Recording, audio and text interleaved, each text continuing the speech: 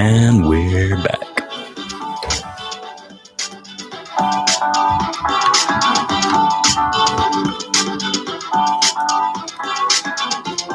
This is a Middle Perch live on the internet. I am MTK on the MIC. It is Wednesday here. And Thursday in Asia, Australia, India.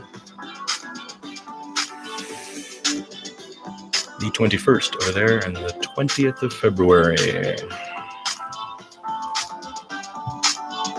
I used one of the old styles and forms today that I love, and hope you like it.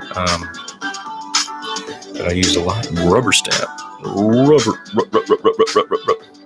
Rubber stamp to make my little Twitter sign. And then I drew the Twitter bird. Autopintura. A lot of my style is about autopintura, meaning it should look not like a robot made it or like it was made on software, but like it was made with a pencil and a fat-ass Sharpie, or has little mistakes in it, or maybe it looks a little different, but it still conveys the same meaning. That's part of what I'm trying to do as a means of not subterfuge or undermining, but rather taking possession of a medium like Twitter, for example. I want it to work for me. I don't want to work for it, right? So there's my little Twitter bird down there. It's just a little wrong, but I did it with this. Look at the size of that tip. A massive Sharpie is what I made that with. So getting the beak out of this was... And I did it quick. I like things like that. It's about using your eye and your hand and knocking it out in a few strokes. This requires slowing way down. I didn't slow down enough, and so you can see there's a bit of a jankiness going on. But I have a strong feeling people will look at that and they'll know that that is Twitter. And that my handle is at MTKSF, because I am MTK on the MIC, your host.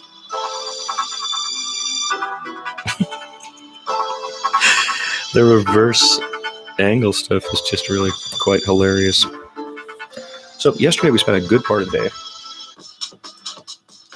involved in the announcement of Bernie Sanders and reaction on Twitter and thinking about that. And I went back on Twitter and decided I don't want to be roped into a 2-year conversation with people who are uncivil.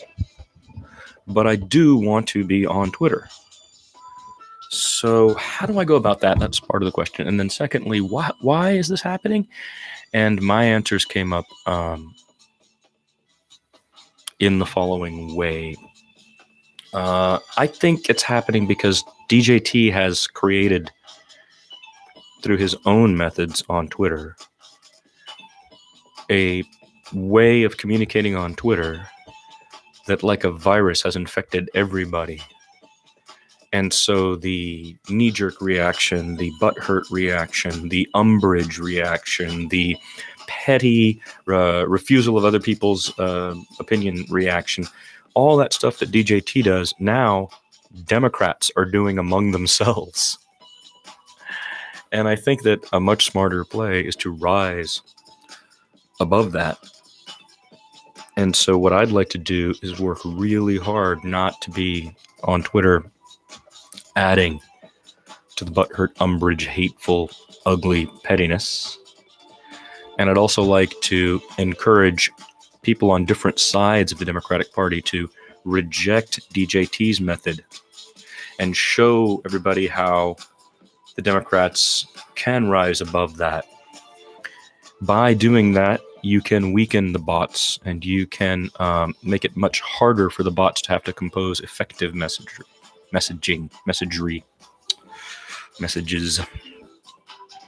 Maybe perhaps I should just read you guys the stuff that I wrote yesterday. Check this out, music while I'm.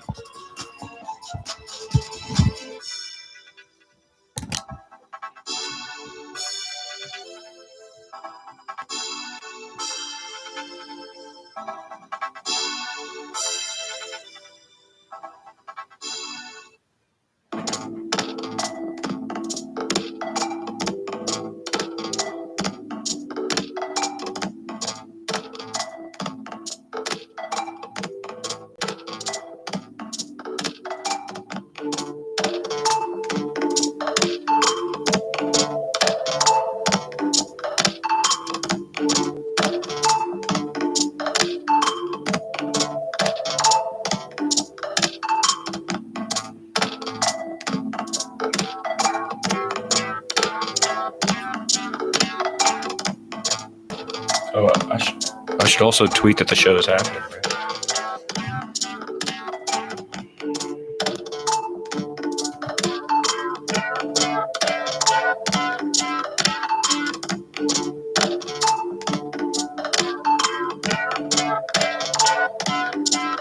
Man, lately this machine is acting really weird. I just want to send a tweet and it won't do it.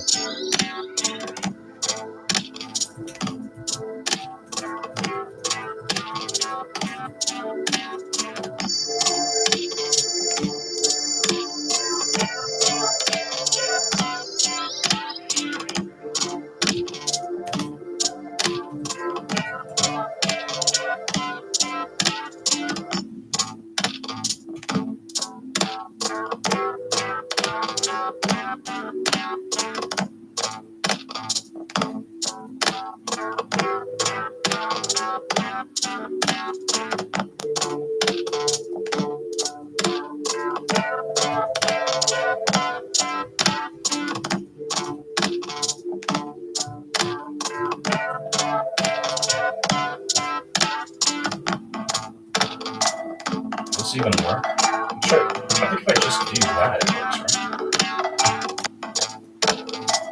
I don't know if that worked or not. Let's see. God, everything's falling down now. Total chaos. I'm gonna try to do this show. It's like,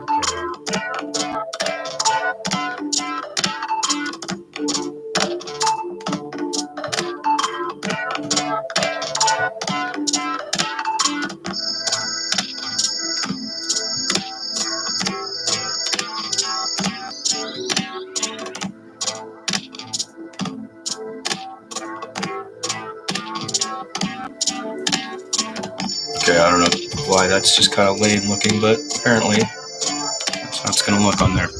Okay, so a series of tweets, a thread that I was pulling together goes like this. Is this right? Democrats enraged Bernie kamikazed the Democratic Party and hindered Hillary, a woman, a team player, doing it right. Sanders supporters. He's a socialist. He's forced to run as a Democrat because of our flawed system that all of us want to fix. The Democrats have failed. And by extension, the Democrats. You guys are doing it wrong. So Bernie has zero chance. That's a refrain. They say that a lot. Bernie has zero chance. He is a guy who has no chance. He has no chance of winning. DJT, he did it. Bernie has no chance. You cost us the election. That's the Democrats. Sanders supporters. We don't care for DNC, the Democratic National Committee's same way of doing it. It's too centrist and run by millionaires. Hence what we did in 2016. We will swell in populist numbers and win. That's the Sanders supporters. And the vast majority of what I read on at Twitter is shallow and petty. I forgot to put this thing back up there, see? Already I don't know what I'm doing. Kamala Harris is the anti-Bernie, the heir to Hillary for the lockstep Dems. People of color, a person of color, a woman, a DA, a senator, a cop, and an insider backed by Hearst. Bernie is an out-of-touch, old, clunky white Jew who can't beat DJT and is in her way. None of this makes any sense, nor matters. It merely foments slow, measured appreciation for ideas and policies seems impossible amidst such a din. It isn't. We all have a responsibility to tone down the ugly, petty umbrage and stupidity that DJT has engaged in. Rise above. That's the sort of take I ended up with, if you will. And now I don't want to keep reading, because one of the problems with Twitter is I keep getting sucked into it, and then reaction becomes the guiding thing of my day. I don't want to do that. That's not a healthy way to behave. When I was on Twitter for 7 years, this is what was happening by the end. A kind of constant need or implication of me there that I fed not out of a willingness or a desire to do it, but out of a reaction to it existing and pushing my buttons. If I have that happen, I'm not trying to have petty vitriol in response, though I've done it too. Rather, I'd have educated, responses. I prefer to have that can move the ball forward, as they say in football, or that can keep the conversation going and retune it, or can express something that others are not expressing. To do that, I have to have original thoughts first. If I am not reading the papers and coming to my own conclusions about the world before communicating, what ends up happening is a reactionary MTK. I think many people are doing this, and it's not healthy. It's not good for discourse, and it's not good for us as just people. You become more full and rich by... I'm going to try something else here. Does this work? You become a more full and rich person by learning and the love of learning. That can be done on your own very effectively, in many ways better than by just scooping it up off of the internet as it comes to you, or off of FB, Facebook, somebody's thread, or someone else's, etc. If you can wake up and ask yourself, someone said this yesterday, for example, I didn't react, and I went to bed, and I woke up today, and I want to think about what they said. They said this and that. Why are they saying that? Let me go look up some information of my own and see if I can understand why they're saying that. The result is you have an origination of thought about a topic that you'd like to react to. You then go through reflection and critique, which allows you a more informed response, as well as allows you to ask yourself whether perhaps your view is wrong, both of which are necessary in order to grow a healthy party. We are trapped in a two-party era that many people don't want, and the Democrats are very loudly, sort of, what's the term for it? There's a myth in the what just happened? There's a myth in the current Democratic Party that Nader cost them in 2000 and Bernie costs them 2016.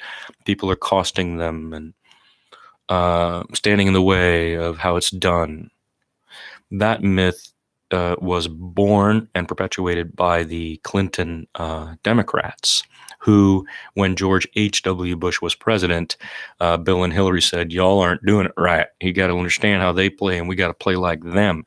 And many people were like, no, that's not the way to do this. And the craziness is that lasted all through the 90s until that fiasco in Florida and the slap in the face that the Florida fiasco was. I think we have to pull back when we try to be political. I think we need to ask ourselves questions more than we need to ask others questions. And the questions we ask ourselves should be, what kind of country do I want to live in? What do I think is good? What do I think is bad? Uh, the point of a living document like the Constitution and a living society like the one that the United States has invented is that it should be constantly under change, constantly revolving, constantly taking on new good ideas, constantly absorbing new good ideas. The reason the USA was able to very quickly dominate and have all these fantastical new good ideas is because immigrants and the free market and the wide open thinking of a free speech environment allows, and the competitive markets allows for competing creativity. This has culminated in the Silicon Valley explosion of gadgetry, things we don't need, but we have super creative minds making. And that's cool because it reflects, again, American ingenuity. But we have a different kind of crisis on our hands now. It's a kind of crisis that I think can be solved through slowness and deliberation more than through rapid fire engagement. And the vast majority of these social media are engaged in rapid fire engagement. So we're not able to have reserve. When I think about the volume of tweets that I was putting out when I was really like at the peak of my time on Twitter, or if I look at, say, Siva Vaidyanathan, my friend who directs the media department over at the University of Virginia, how intensely active he is. I see tweets and retweets and comments from him dozens of times in a day, every single day. He's engaged in the intellectual act on Twitter every single day. And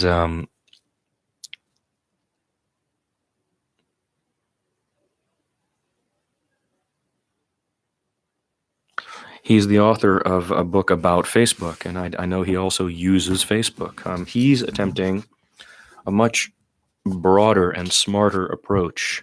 He's attempting to teach everyone. He's a tenured academic and the Robertson Professor of Media Studies at the University of Virginia, the director of the Center for Media and Citizenship, the Robertson Professor of Media Studies. He produces a local public affairs television program, several podcasts. He directs the publication of the Virginia Quarterly Review, the VQR. I mean, he's intensely active as an intellectual and an academic in things that have nothing to do with making money for any corporation. And he's intensely active in studying our use of things that those corporations make and saying, hey, whoa, the corporation is taking advantage of you. Learn about that. And so in writing the first ever book about Facebook as an academic, he's done that. And he's pointed out things that we didn't notice. I say we because I certainly didn't until I read the book, things that I didn't realize I had given away, if you will, to Facebook during this time period when it has become as dominant a medium as it has. And also, I didn't know that Zuckerberg and co. don't care. They're going for a totally different goal. So learning a lot of this should tune your usage of FB. Just as me going back to Twitter right now, knowing what I know, should tune my usage of Twitter. It's very difficult. It's really difficult. I told myself I wasn't going to be on every day. I've been on every day since I went back on. I told myself I wasn't going to do certain things. I've done those things already immediately. But I'm aware of them and I'm observing myself. And if quitting again is necessary, then I would say April 4th would be a great time to do it because that's my anniversary. Or maybe it's that I set a date and time for going on Twitter. Something I've got to develop. As Siva teaches, we have to develop our usage of the social media to serve ourselves and keep ourselves healthy. You can't wring your hands and blame the media for the misery in your own world because you're on it all the time. So take responsibility for that is what I'm attempting to do. I'm not succeeding very well at it. But there's that. I don't know why the music stopped. Let me take a look.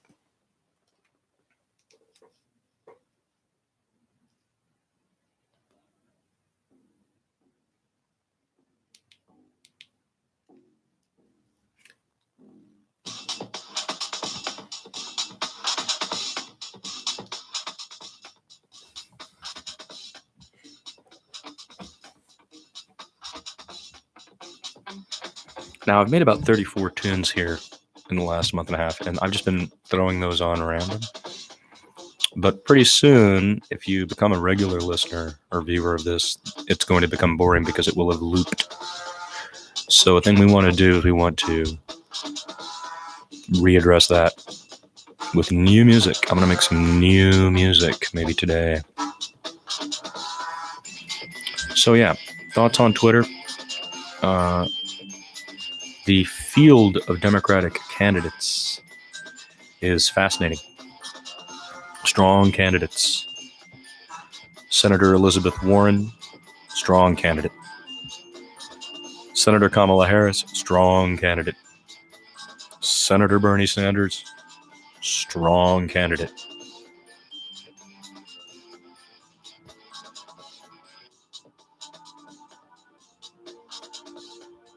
I suppose I would call the three of them at the moment front runners. The polling, I think, confirms Sanders and Harris as at least in the top three. Too early to talk about this stuff. That's the point we were making yesterday. Way too early to be talking about this.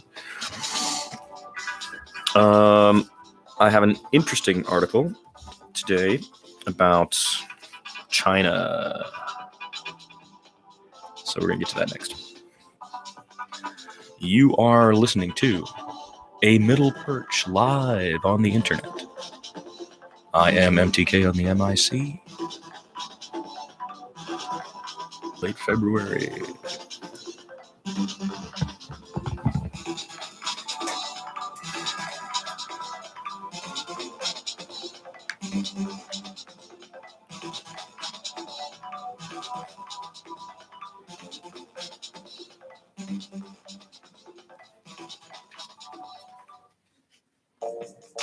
Oh, this is pretty good too.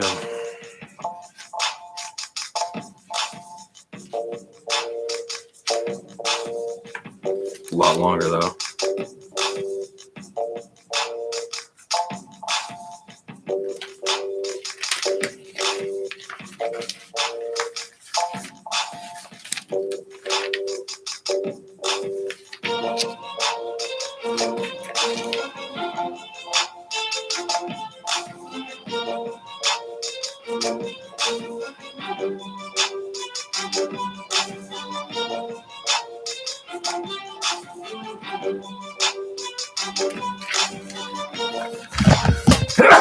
Excuse me. Woo. Yeah, this piece looks good.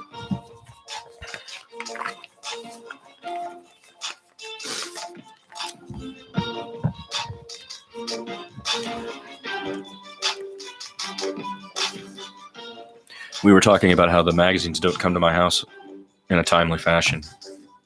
And I just got the February issue of Harper's, which is at the end of the month. So it is sweet when they come early, though. It doesn't really matter with a long form magazine. Monthlies, because these are long pieces, you know. I mean, they're not little short pieces. Okay, we're going to read this piece by Kishore Mahbubani. And there are going to be a lot of Chinese names in this piece. And if I butcher the Chinese names, I want to apologize in advance for that. This is a criticism. It is a researched opinion.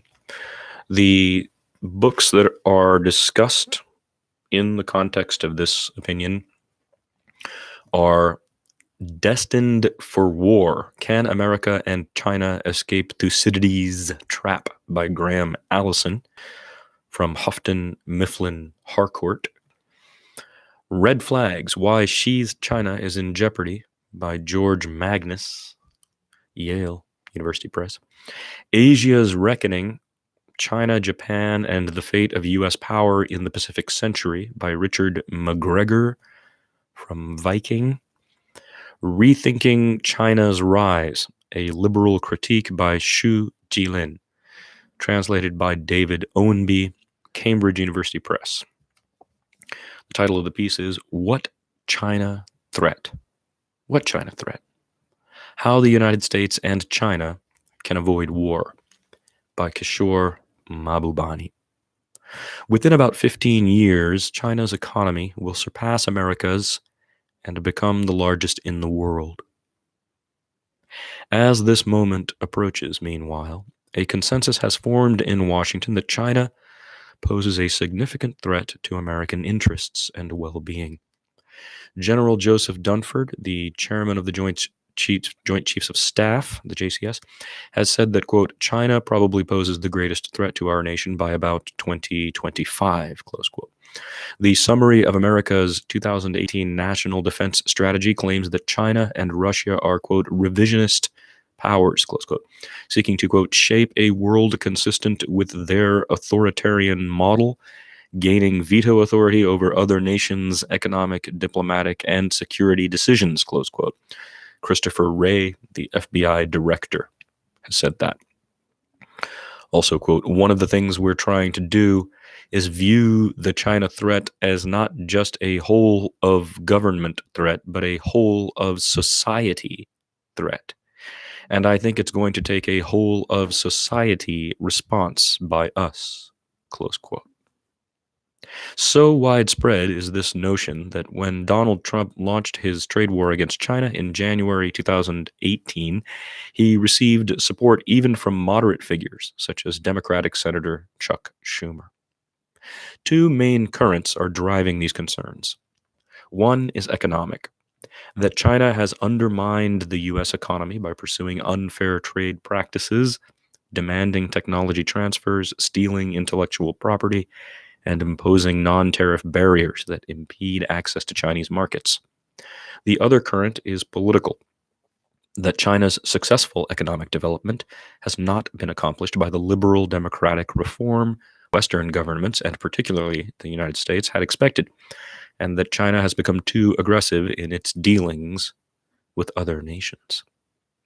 Reading about the imminent threat American officials believe China poses, it is not hard to see why Graham Allison, in his book Destined for War, reaches the depressing conclusion that armed conflict between the two countries is more likely than not. Yet, since China is not mounting a military force to threaten or invade the United States, not trying to intervene in America's domestic politics, and not engaged in a deliberate campaign to destroy the American economy, we must consider that in spite of the increasing clamor about the threat China poses to the United States, it is still possible for America to find a way to deal peaceably with a China that will become the number one economic and possibly geopolitical power within a decade. And to do so in a way that advances its own interests, even as it constrains China's. America must first reconsider a long-held belief about China's political system. Since the collapse of the Soviet Union, American policymakers have been convinced that it would only be a matter of time before the Chinese Communist Party, the CCP, followed the Soviet Communist Party into the political grave. Politicians and policymakers on both ends of the political spectrum accepted, implicitly or explicitly, the famous thesis of Francis Fukuyama that there was only one historical road to follow. Quote, what we may be witnessing is not just the end of the Cold War or the passing of a particular period of post-war history, but the end of history as such. That is the end point of mankind's ideological evolution and the universalization of Western liberal democracy as the final form of human government, close quote. When Bill Clinton explained in March 2000 why he supported China's admission to the World Trade Organization, he stressed that political liberation would inevitably flow from economic liberalization, concluding that, quote, if you believe in a future of greater openness and freedom for the people of China, you ought to be for this agreement, close quote. His successor, George W. Bush, shared the same conviction. In his 2002 National Security Strategy, he wrote, in time, this is a quote, in time, China will find that social and political freedom is the only source of that national greatness, Close quote. Hillary Clinton was more explicit, according to her, by persisting with Communist Party rule. The Chinese, quote, are trying to stop history, which is a fool's errand. They cannot do it, but they're going to hold it off as long as possible, close quote. Hillary Clinton. It is worth considering the conviction of American policymakers that they could so confidently dispense political prescriptions to China. No other empire, of course, has accumulated as much economic, political, and military power as the United States has. Yet it has still been less than 250 years since the Declaration of Independence was signed, 1776. In 1776. China, by contrast, is considerably older. And the Chinese people have learned from several thousand years of history that they suffer most when the central government is weak and divided, as it was for almost a century after the Opium War of 1842, when the country was ravaged by foreign invasions, civil wars, famines, and much else besides. Since 1978, however, China has lifted 800 million people out of poverty and created the largest middle class in the world. As Graham Allison wrote in an op-ed for China Daily, an English-language newspaper owned by the Chinese government, quote, it could be argued that 40 years of miracle growth have created a greater increase in human well-being for more individuals than occurred in the previous more than 4,000 years of China's history, close quote. All this has happened while the CCP has been in power. And the Chinese did not fail to notice that the collapse of the Soviet Communist Party led to a decline in Russian life expectancy, increase in their infant mortality, and plummeting incomes. In American eyes, the contest between America's and China's political systems is one between a democracy, where the people freely choose their government and enjoy freedom of speech and of religion, and an autocracy, where the people have no such freedoms. To neutral observers, however, it could just as easily be seen as a choice between a plutocracy in the United States, where major public policy decisions end up favoring the rich over the masses, and a meritocracy in China, where major public policy decisions made by officials chosen by party elites on the basis of ability and performance have resulted in such a striking alleviation of poverty. One fact cannot be denied. In the past 30 years, the median income of the American worker has not improved. Between 1979 and 2013, median hourly wages rose just 6%, less than 0.2% a year, 0.2 of a percentage point per year, between 79 and 2013. This doesn't mean that the Chinese political system should remain in its current form forever. Human rights violations, such as the detention of hundreds of thousands of Uyghurs, remain a major concern. Within China today, there are many voices calling for reforms. Among them is the prominent liberal scholar Xu Jilin, and in Rethinking China's Rise, a Liberal Critique, David Owenby has produced an excellent English translation of 8 essays Xu has written over the past decade. Xu lodges his sharpest criticisms against his fellow Chinese scholars, and especially against what he sees as their excessive focus on the nation-state and insistence on China's essential cultural and historical differences from Western political models. He argues that this overemphasis on particularism in fact marks a departure from traditional Chinese culture, which, as exemplified by its historical Tianxia model of foreign relations, was a universal and open system. Criticizing the blanket rejection by, quote, extreme nationalists among his Chinese academic peers of, quote, anything created by Westerners, close quote, Xu argues instead that China has historically succeeded because it was open. However, not even a liberal like Xu would call for China to replicate the American political system. Instead, he argues that China should, quote, employ her, quote, Han people, and the various national minorities will enjoy mutual equality in legal and status terms, and the cultural uniqueness and pluralism of the different nationalities will be respected and protected, close quote, while its relations with other countries, quote, will be defined by the principles of respect for each other's sovereign independence, equality in their treatment of each other, and peaceful coexistence, close quote. China's political system will have to evolve with its social and economic conditions, and in many respects, it has evolved significantly, becoming much more open than it once was. When I first went to China in 1980, for instance, no Chinese were allowed to travel overseas as private tourists. Last year, roughly 134 million traveled overseas, and roughly 134 million Chinese returned home freely. Similarly, millions of the best young Chinese minds have experienced the academic freedom of American universities. Yet, in 2017, 8 in 10 Chinese students chose to return home. Though the question remains, if things have been going well, why is Xi imposing tighter political discipline on Communist Party members and removing term limits? His predecessor, Hu Jintao, delivered spectacular economic growth, but this period was also marked by a spike in corruption and party factionalism led by Bo Xilai, the Chongqing Party secretary, who tried to challenge Xi's rise to power, and Zhou Yonggang, the powerful domestic security chief under Xi's predecessor, under Hu Jintao. Zhou Yonggang, domestic security chief under Hu. Xi believed these trends would delegitimize the CCP and end China's successful rejuvenation. Against these dire challenges, he saw no realistic alternative to reimposing strong central leadership. Despite doing this, or because he did this, Xi remains hugely popular. That reminds me of Putin, huh?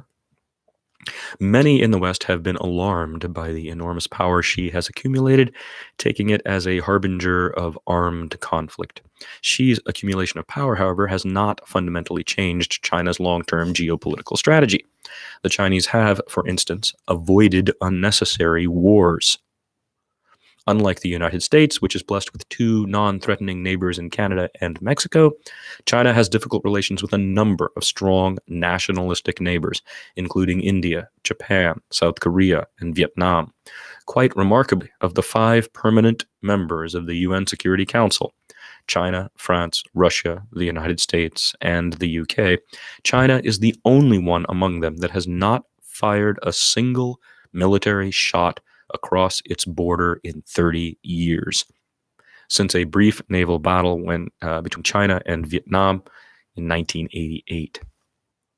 By contrast, even during the relatively peaceful Obama administration, the American military dropped 26,000 bombs on 7 countries in a single year.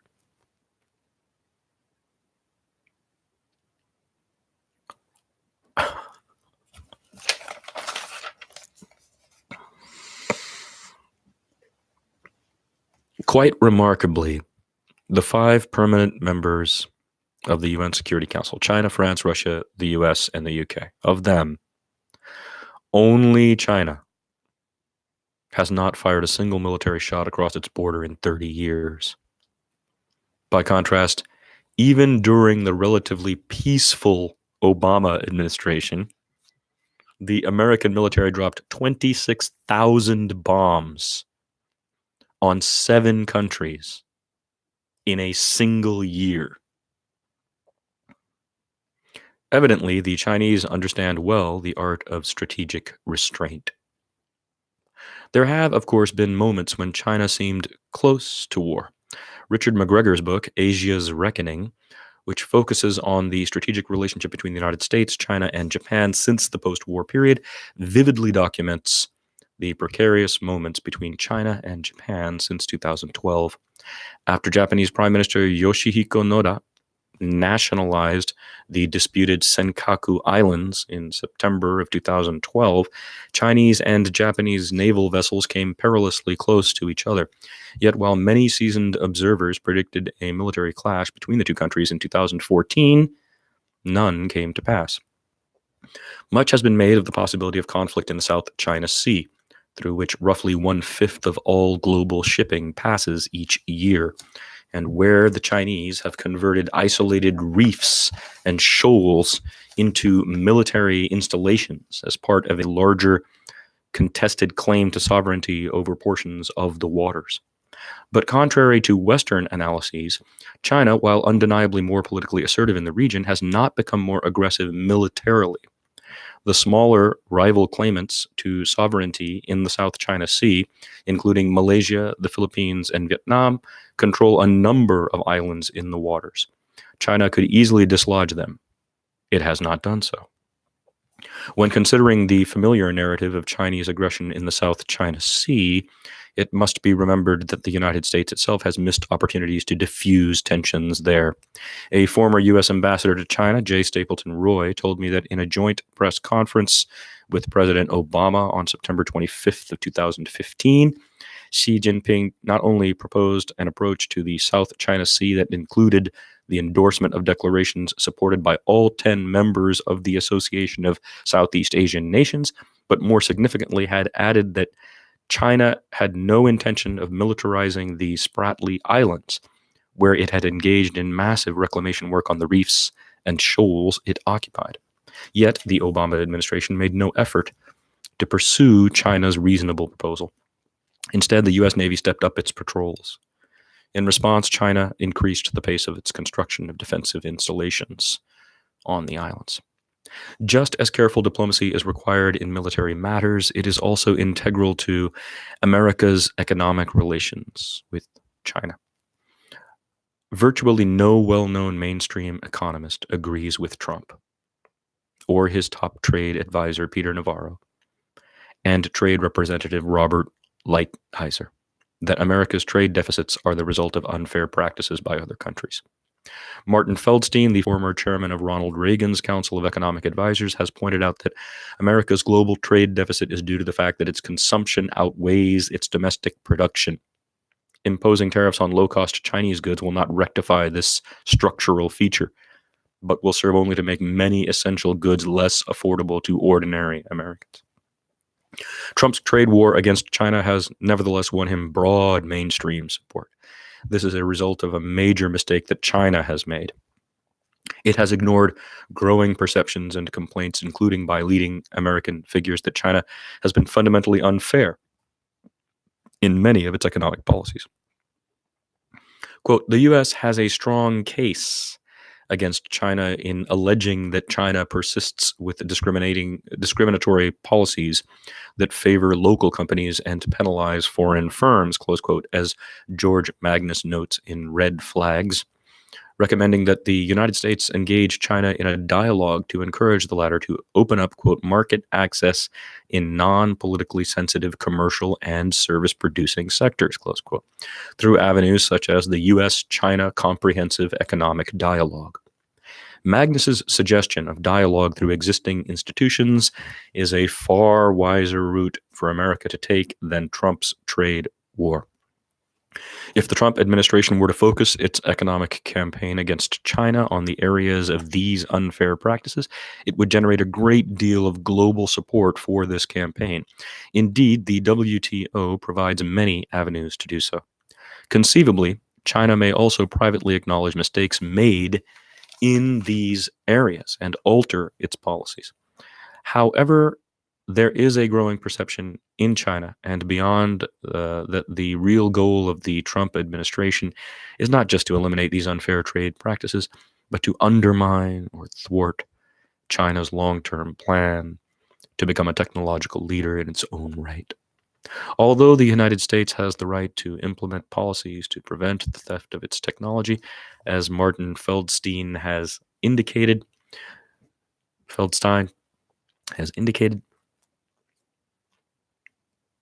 I'm going to run that back. Although the United States has the right to implement policies to prevent the theft of its technology, as Martin Feldstein has indicated, this should not be conflated with its efforts to thwart China's long-term state-led industrial plan. Made in China 2025, designed to make China a global competitor in advanced manufacturing, focusing on industries like electric cars, advanced robotics, and artificial intelligence. Both Feldstein and Magnus agree that in order to maintain supremacy in high-tech industries like aerospace and robotics, the U.S. government, rather than pursuing tariffs, should invest in areas such as higher education and research and development. In short, America needs to develop its own long-term economic strategy to match that of China. In both policy and rhetoric, it is clear to see that China's leadership has a vision for its economy and people. Plans like Made in China 2025 and the infrastructure projects undertaken in the Belt and Road Initiative, the BRI, such as the construction of high-speed railways, demonstrate China's efforts to become a global competitor in new advanced industries. At the same time, China's leaders have emphasized that the country can no longer pursue GDP growth at the expense of social costs, such as inequality and environmental pollution. This Xi made clear when he declared in 2017 that the principal contradiction facing Chinese society is now, quote, between unbalanced and inadequate development and the people's ever-growing needs for a better life, close quote. As Magnus sums it up, this means a shift in focus to, quote, improving the environment and pollution, lowering income and regional inequality, and strengthening the social safety net, close quote. Although, as Magnus writes, China's economy faces several important challenges, China's leaders have, at the very least, taken steps to address them. It is time for the United States to do the same. However, to work out a long-term strategy, America needs to resolve a fundamental contradiction in its economic assumptions. Most sophisticated American economists believe that government-led industrial policies do not work, arguing instead for free market capitalism. If this American belief is correct, Trump's main trade negotiator, Robert Lighthizer, should not oppose China's 2025 government-led plan to upgrade its technological abilities. Lighthizer should sit back and allow this Chinese industrial initiative to fail, as the Soviet Union's economic plans did. However, if Lighthizer believes that the 2025 plan could succeed, he should consider the possibility that America should revisit its ideological assumptions and, like China, formulate a long-term comprehensive economic strategy to match the Chinese plan. Even Germany, arguably the world's leading industrial power, has such a strategy called Industry 4.0. It's obviously less intrusive than the Chinese version of industrial policy, which, as Scott Kennedy of the Center for Strategic and International Studies has described, involves the state playing, quote, a significant role in providing an overall framework, utilizing financial and fiscal tools, and supporting the creation of manufacturing innovation centers, close quote. Why can't the United States formulate a plan to match? Ironically, the best country that the United States could work with in formulating such a long-term economic strategy might well be China. China is keen to deploy its $3 trillion reserves to invest more in the United States. Adam Posen, the head of the influential Peterson Institute for International Economics, has already noted that Trump's trade war with China and the rest of the world has led net foreign investments in the United States to fall to nearly zero in 2018.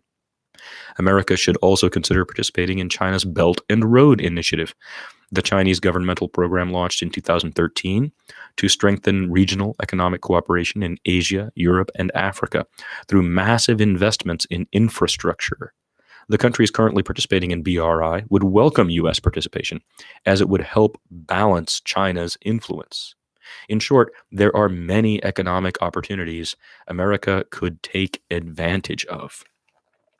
Just as Boeing and GE, two major American corporations, have benefited from the explosion in the Chinese aviation market, firms like Caterpillar and Bechtel could benefit from the massive construction undertaken in the BRI region.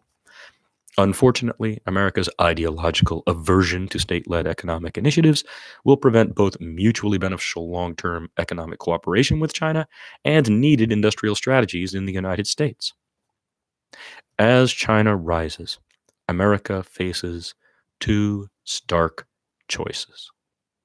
First, Should it continue with its current mixed bag of policies toward China, with some seeking to enhance bilateral relations and others effectively undermining them? On the economic front, with the exception of Trump's latest trade war with China, American policies have consistently treated China as a partner, while America's political and especially military policies have most often treated China as an adversary. Second, can the United States match China and develop an equally effective long term strategic plan to manage the latter's rise, the Chinese rise? The simple answer is yes. However, if China is to be America's number one strategic priority, as it should be, the obvious question is whether America can be as strategically disciplined as China and give up its futile wars in the Islamic world and its unnecessary vilification of Russia. It was rational for the United States to have the world's largest defense budget when its economy dwarfed every other in the world. Would it be rational for the world's number two economy to have the world's largest defense budget? And if America refuses to give this up, isn't it a strategic gift to China? China learned one major lesson from the collapse of the Soviet Union. Economic growth must come from military expenditure. Hence, it would actually serve China's long-term interests for the United States to burn away money on unnecessary military expenses. If America finally changes its strategic thinking about China, it will also discover that it is possible to develop a strategy that will both constrain China and advance U.S. interests. Bill Clinton provided the wisdom for this strategy in a speech at Yale University in 2003, when he said, in short, that the only way to manage the next superpower is to create multilateral rules and partnerships that would tie it down. For example, though China lays claim to reefs and shoals in the South China Sea, the UN Law of the Sea Convention has prevented it from declaring the entire South China Sea an internal Chinese lake. China has also been obliged to implement WTO judgments that have gone against it. International rules do not. What does it say? Oh, sorry. International rules do have bite. Fortunately, under Xi Jinping, China is still in favor of strengthening the global multilateral architecture the United States created, including the International Monetary Fund, the World Bank, the United Nations, and the WTO. China has contributed more UN peacekeepers than the 4 other permanent members of the UN Security Council combined. China has contributed more UN peacekeepers than the 4 other permanent members of the UN Security Council combined. Hence, there is a window of opportunity for cooperation between America and China in multilateral forums. That should be fora. The plural of forum should be fora. But anyway, to seize the opportunity, American policymakers have to accept the undeniable reality that the return of China and India is unstoppable. Why not?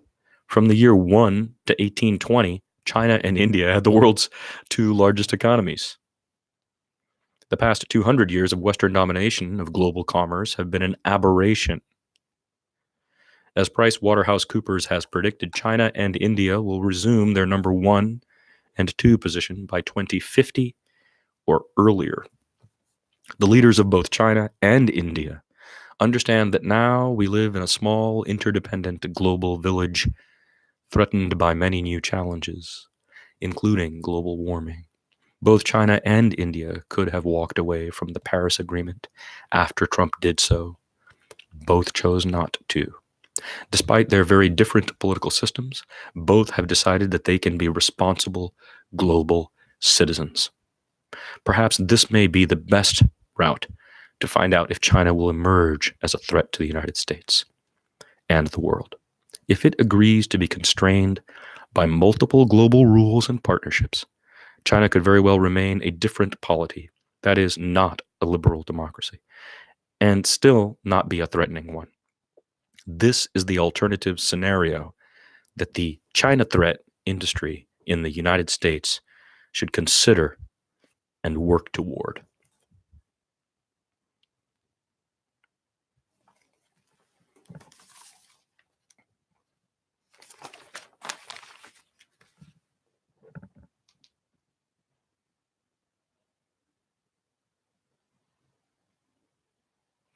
That was I was trying to find music. We're not going to have time.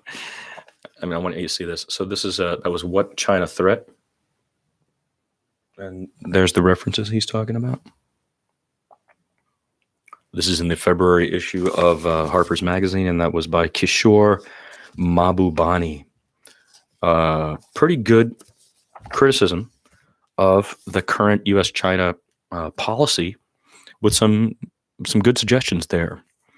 The kind of thing I wish our president, whoever he or she is, would think about.